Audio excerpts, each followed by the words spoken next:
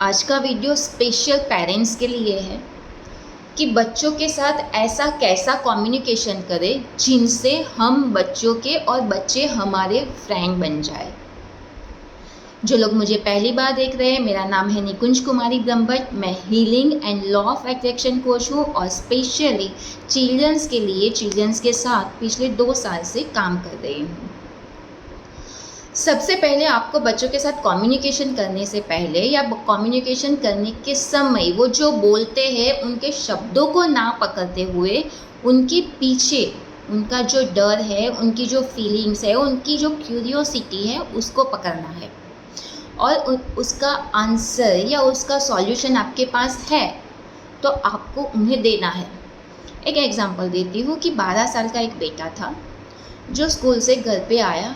फिर उन्होंने पापा से पूछा कि पापा, रास्ते में जो बच्चे हैं उनको क्या उनके मम्मी पापा ने छोड़ दिया है? जो हम रास्ते में देखते हैं ना, बहुत सारे ऐसे बच्चे।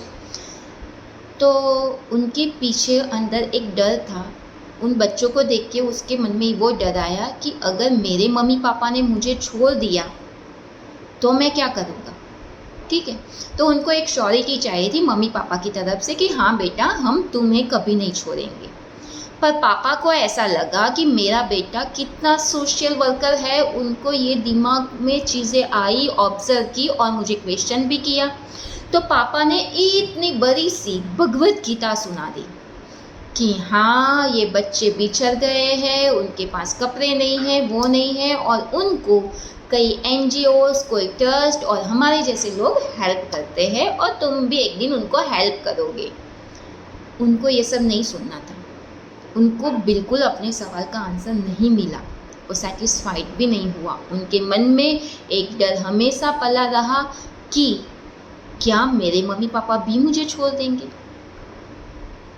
एक बेटी थी 3 साल की जिसकी एडमिशन के लिए उनको स्कूल ले गई उसकी मम्मी। अब 3 साल की बेटी होती है तो उनको हमने ही बहुत सारा स्कूल का डर दिया होता है। तो उनके मन में डर था कि स्कूल में जाते हैं तो टीचर्स लोग डांटते हैं, मारते हैं ना, वो सब करते हैं और मुझे स्कूल नहीं जाना। वो स्कूल तो गई एडमिशन के लिए। स्कूल में एंटर होते ही उन्होंने बहुत बड़ा अच्छा सा पिक्चर देखा। किसी बच्चे ने ड्राइंग किया हुआ पेंटिंग था। वो पिक्चर बहुत ही सुंदर था। वो बेटी ने उनकी मम्मी को बोला, टीचर भी उनके साथ ही थी, मम्मी को बोला, मम्मी कितना गंदा पिक्चर है ना, इसमें कलर भी देखो कितने गंदे किए हुए हैं। मम्मी ने बोला, तुम अच्छे से देखो, पिक्चर बहुत अच्छा है और कोई बच्चे ने कितने अच्छे से किया है, तुम उनको देख नहीं पा रही वो अच्छी तरह से।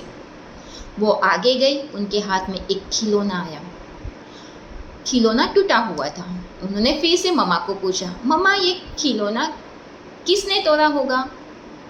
मम्मा ने बोला, तुझे क्या है इस बातों से, टूटा हुआ है, फेंक दो, किसका है, क्या है, किसने किया, उन सब बातों में तुम मत पड़ो।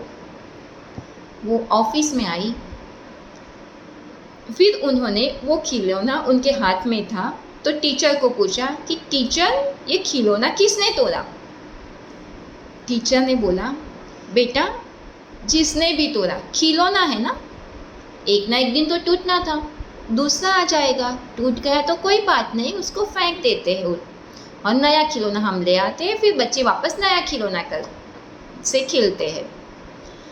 और टीचर ने उनको फिर प्यार से समझाया कि हमारी स्कूल में ना कोई भी गंदी ड्राइंग करे, गंदा कलर करे, खिलौने तोड़ भी दे तो हम बच्चे को कभी नहीं डांटते या तो नहीं तो कभी उनको मारते हैं।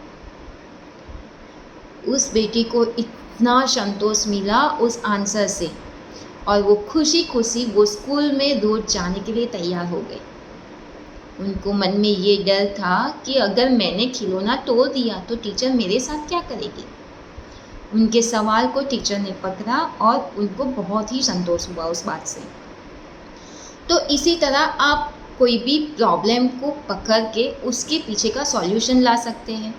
या तो दूसरा तरीका है कि अगर आपको पता नहीं है कि उनके पीछे का क्या क्वेश्चन है और क्या उनके अंदर चल रहा है, तो उनको सिर्फ बच्चों को श्योरिटी दो कि हाँ, आप जो क्वेश्चन कर रहे हैं, आपकी जो फीलिंग्स है उनको मैं समझ रही हूँ। जैसे कि एक बेटा था 9 साल का, उनकी पिकनिक थी, एक दिन स्कूल से पिकनिक जाना था उन लोगों की, बस सब पैकिंग हो गया, उसकी बैग्स वेग्स नाश्ता वास्ता सब कुछ पैकिंग हो गया। और दूसरे दिन जिस दिन वो स्कूल जाने वाला था, पिकनिक जाने वाला था, उसी दिन बहुत ही बारिश आ गई और टीचर का मैसेज आ गया कि आज बहुत बारिश की वजह से पिकनिक कैंसिल हो गई। अब वो बहुत ही गुस्से में था क्योंकि उनका एक्साइटमेंट था, उनकी तैयारी थी, प्रिपरेशन था, वो सब कैंसिल हो गया, फ्लॉप हो गया। उसकी मम्मी ने उनको भाषण नहीं दिया कि हाँ दोबारा जिस दिन बारिश नहीं होगी तब आप लोग पिकनिक चले जाओगे, या इतनी छोटी बात पे इतना गुस्सा क्यों करना या रूठ क्यों जाना। उनकी मम्मी ने उनको समझने की कोशिश की और उनको बोला कि हाँ बेटा, मैं समझती हूँ कि आज ये बारिश आई ना, बिल्कुल अच्छी बात नहीं है।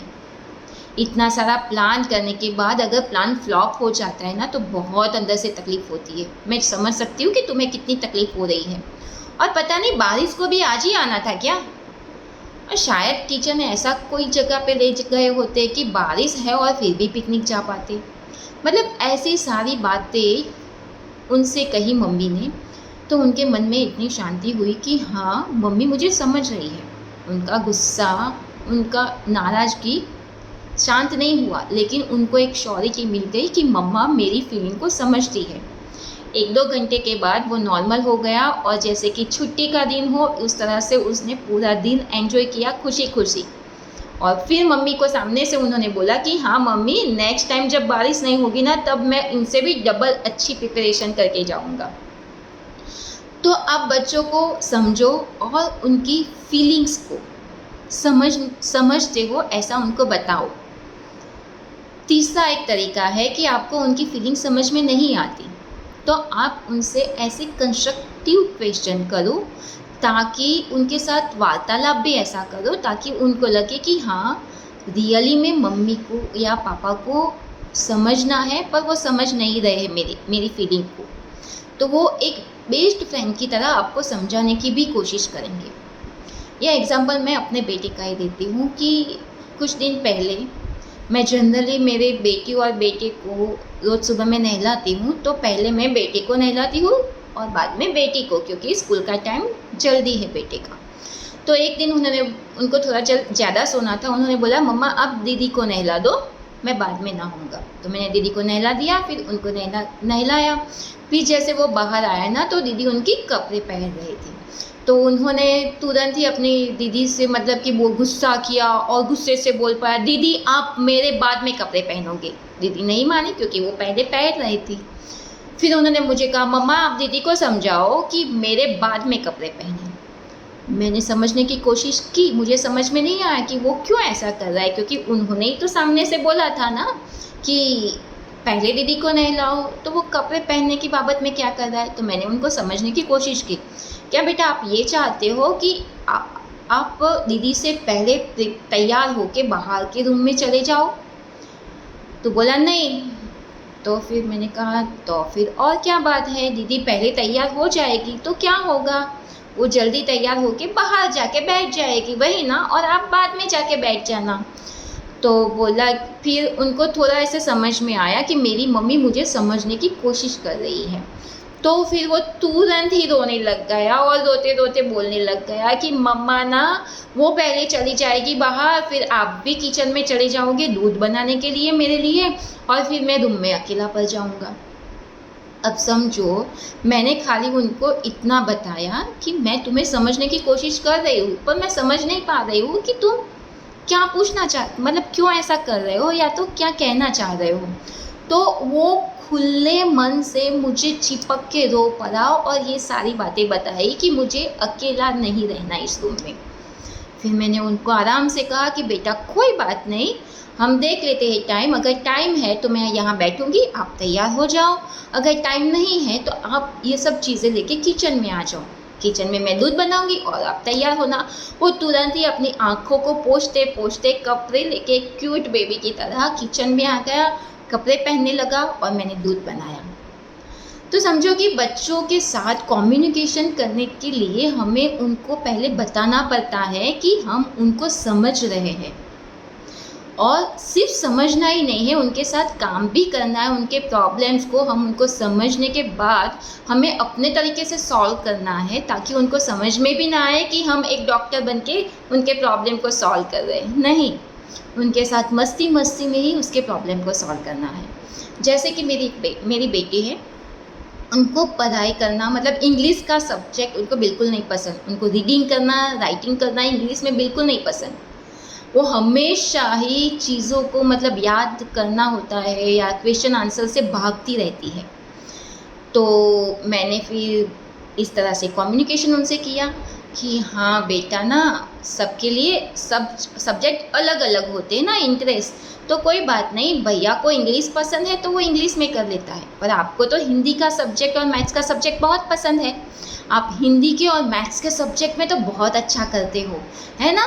कोई बात नहीं ना, आपको प्रॉब्लम होती है तो कई बार मुझे भी एक सब्जेक्ट जो था इकोनॉमिक्स नहीं पसंद था, तो इकोनॉमिक्स को लेके मैं हमेशा टेंस रहती थी और फिर उसको मैंने सॉल्व करने की कोशिश की। तो फिर जैसे मैंने उनको ट्रस्ट दिलाया कि मैं समझती हूँ और ये चीज़ नॉर्मल है कि हमें कोई एक सब्जेक्ट पसंद ज़्यादा हो और एक सब्जेक्ट कम पसंद हो और उसको करना अच्छा ना लगे।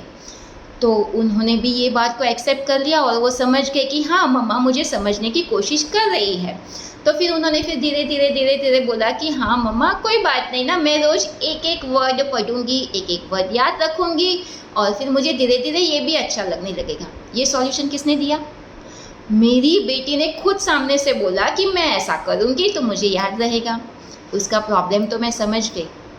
उनके लिए मैंने अपने तरीके से मैं करती हूँ। जैसे मैं अभी चिल्ड्रंस का सेशन लेती हूँ तो मैंने सेशन में उनकी मेमोरी रिगार्डिंग मेडिटेशन करवाया, ग्रैटिट्यूड करवाया, अफर्मेशन करवाया, वो सब अभी भी करवा रही हूँ कंटिन्यू, क्योंकि वो प्रॉब्लम मेरी पकड़ में आ गया है तो प्रॉब्लम रिगार्डिंग मैं सॉल्यूशन करवा रही हूँ। पर उनको नहीं पता कि मैं उनके लिए ही काम कर रही हूँ।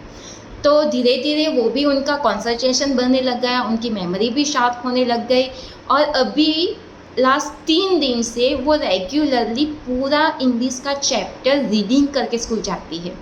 और वो रीडिंग करके जाती है तो उनके अंदर इतनी खुशी होती है स्कूल जाते वक्त कि जैसे कि उन्होंने बहुत बड़ा सा युद्ध जीत लिया हो, और आके बोलती है कि मम्मा मुझे आज सभी के सभी पीरियड बहुत पसंद आए और अब मुझे सभी सब्जेक्ट पसंद है। मैंने क्या किया, उनको समझा, उनको दिलासा दिलाया कि हाँ कोई बात नहीं, इट्स ओके। उसके साथ साथ हाँ मैंने बैकअप में मैंने काम भी किया उनकी मेमोरी को शार्प करने के लिए, उनके कंसंट्रेशन को बढ़ाने के लिए। तो बहुत इजी है, आप बच्चों के प्रॉब्लम की क्वेश्चन के पीछे का जो उनका रूट है उसको पकड़ो, उसका सॉल्यूशन है तो उस हिसाब से उनसे बात करो।